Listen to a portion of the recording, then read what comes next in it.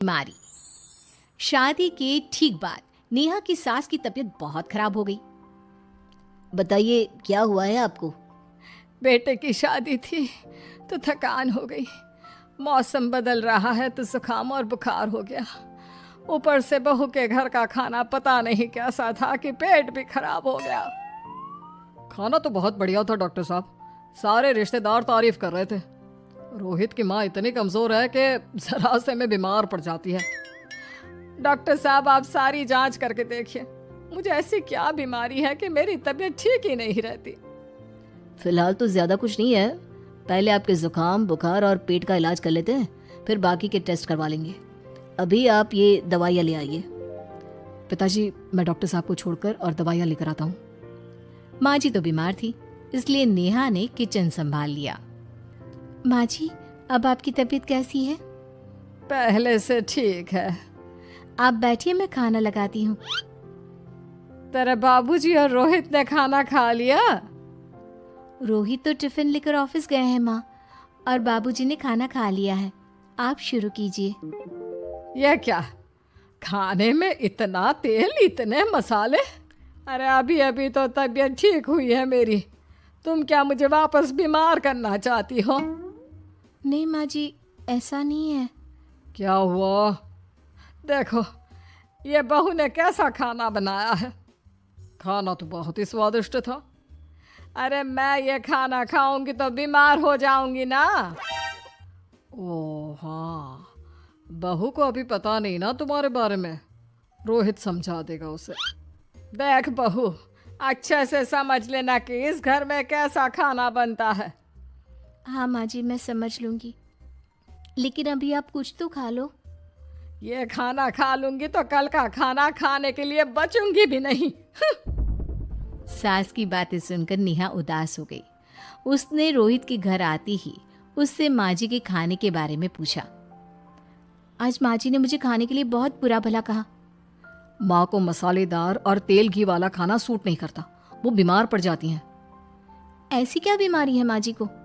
पता नहीं, आज तक कई डॉक्टरों को दिखाया, कितने टेस्ट करवाए, लेकिन कोई बीमारी पकड़ में ही नहीं आई। नेहा को कुछ समझ में तो नहीं आया, लेकिन उसने अपनी सास के हिसाब का खाना बनाना सीख लिया। माँ जी आज तो खाना ठीक है ना? खाना तो ठीक है, लेकिन ये मुआ रेडियो क्यों चल रहा है इतनी तेज आवाज में? वो माँ जी मैं अकेले काम करते करते बोर हो रही थी ना, तो टाइम पास करने के लिए चला दिया।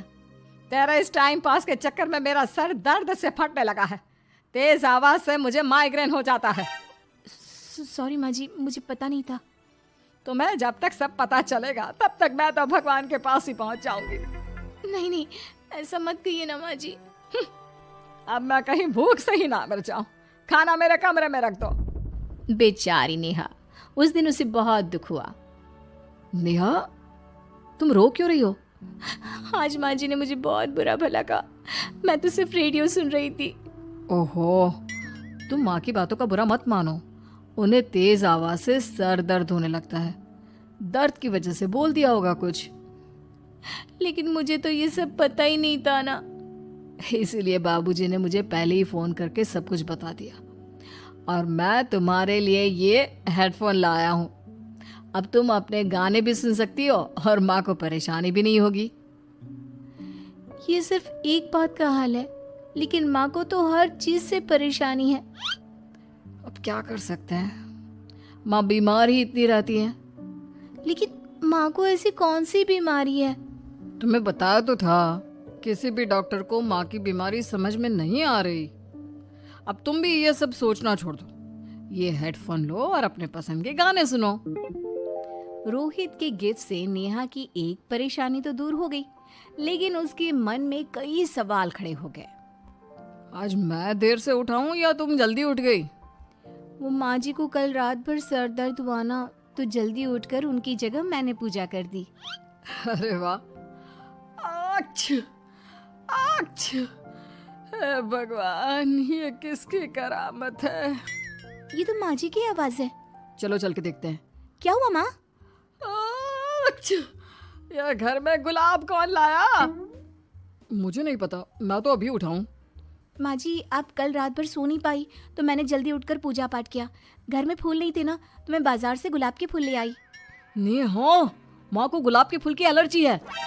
अब मुझे ये कैसे पता होगा? अच्छा, तुझे कुछ पता नहीं तो तू वही काम क्यों करती है जिससे मेरी तबीयत खराब हो जाए? रोहित के बाबूजी, ये बहू मेरी जान लेना चाहती है। माँ जी, मुझे ऐसा करके क्या मिलेगा? वो तो तुझे ही पता, लेकिन कुछ तो है। रोहित की माँ, बस करो। बेचारी बहू को कुछ पता ही नहीं है, बस इसलिए उससे गलती हो जाती है। जाओ तुम कमरे में। बहू, तुम रोहित की माँ का बुरा मत मानो। वो अपनी बीमारियों से इतनी परेशान है कि उल्टा सीधा बोल देती है। नहीं नहीं बाबूजी, मुझे बुरा नहीं लग रहा, मुझे चिंता हो रही है माँ जी की बीमारी की। ये बताइए कि माँ जी को ऐसी प्रॉब्लम्स कब से होने लगी? शादी के 6-7 महीने बाद से। बाबूजी, तब घर का माहौल कैसा था? अरे भरा पूरा परिवार था। मेरे बाबूजी, माँ, काका, काकी, मेरे दोनों बड़े भाई, दोनों भाभियाँ, दोनों के 2-2 बच्चे हैं, एक छोटा भाई और एक बहन। सब साथ रहते थे। इतना बड़ा परिवार? हाँ, मैं जब 10 साल का हुआ ना, तब पापा का ट्रांसफर यहाँ हुआ। उसके पहले तक तो हमारी जॉइंट फैमिली ही थी। और माँ जी किस चीज से बीमार पड़ जाती हैं? जब तेज गर्मी हो, ठंड हो या ज्यादा बरसात हो जाए।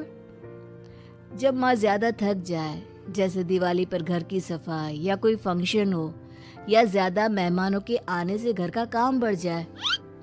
तेज म्यूजिक, तेज लाइट या ऐसे कोई तेज स्मेल आ जाए। तो माँ जी की ये बीमारी ठीक हो सकती है। कैसे? सब पता चल जाएगा। आप कल माँ जी की टेस्ट रिपोर्ट लेने जाने वाले हो ना? हाँ। तो सुनिए क्या करना है। अगले दिन रोहित माँ जी की रिपोर्ट्स लेकर आता है। माँ, बाबूजी, नेहा। अरे क्या हो गया रोहित? माँ जी की रिपोर्ट आ गई है। कुछ सीरियस है क्या? जिसका डर था वही हुआ। अरे गोल गोल बातें मत कर, सीधी तरफ बता बेटा, क्या हुआ है मुझे? माँ, आपकी किडनी, लिवर सब फेल हो गया है। आपका दिल भी कमजोर हो गया है। डॉक्टर ने कहा है कि आपके पास सिर्फ 1 महीना बचा है। ये क्या बक रहा है? ऐसा हो ही नहीं सकता। मुझे लग ही नहीं रहा कि मैं इतनी बीमार हूँ। लेकिन माँ जी, रिपोर्ट झूठी तो नहीं हो सकती ना? हाँ, माँ को 20 साल की उम्र से बीमारी लग गई थी, लेकिन कोई डॉक्टर पकड़ नहीं पाया और अब ये बीमारियां बहुत ज्यादा बढ़ गई हैं। हाँ रोहित की माँ, तुम्हें याद है शादी के 6 महीने बाद से तुम बीमार रहने लगी थी। अरे लेकिन वो अलग था, मुझे ऐसी कोई बीमारी नहीं हो सकती। ये तुम कैसे कह सकती हो माँ? हाँ, तुम उस वक्त बीमार पड़ी थी ना, और अब डॉक्टर भी यही कह रहे हैं, तो सच ही तो होगा। और आप तभी से बीमारी तो रहती आई हैं। अरे लेकिन तब मैं बीमार थी ही नहीं। क्या मतलब? अरे तब मैं बीमारी का नाटक करती थी, मुझे कुछ नहीं हुआ था। ये क्या बोल रही हो? हाँ, घर में इतने सारे लोग थे और सबसे छोटी बहू मैं थी, तो सारा काम मुझे करना पड़ता, इसलिए काम से बचने के लिए मैं नाटक करने लगी। लेकिन आपको अभी भी वही बीमारियां होती है ना माँ? हाँ, अगर नाटक था तो ये प्रॉब्लम तुम्हें अभी क्यों होती है? इसका जवाब मैं देती हूँ। माँ जी कई महीनों तक नाटक करती रही, इसलिए इनके दिमाग ने धीरे धीरे इस झूठ को सच मान लिया और इनका दिमाग उन बीमारियों का एहसास कराने लगा। हैं? ऐसे भी होता है क्या? हाँ माँ जी, इसे प्लेसिबो इफेक्ट कहते हैं। जब आप बात बात पर बीमार पड़ने लगी तो मैंने अपने मामा से बात की, जो एक साइकोलॉजिस्ट है। उन्होंने बताया मुझे। तो ये रिपोर्ट्स? मैंने झूठी रिपोर्ट बनवाई थी नेहा के कहने पर, ताकि आप सच बताएं। यानी मुझे कुछ नहीं हुआ? नहीं माँ जी, और आपकी इस प्रॉब्लम का भी सोल्यूशन है। हम किसी अच्छे साइकोलॉजिस्ट को दिखाएंगे और आप जल्द ही ठीक हो जाएंगी। वाह बहू, मैंने तुझे इतना भला बुरा कहा और तूने मेरी जिंदगी भर की तकलीफें दूर कर दी।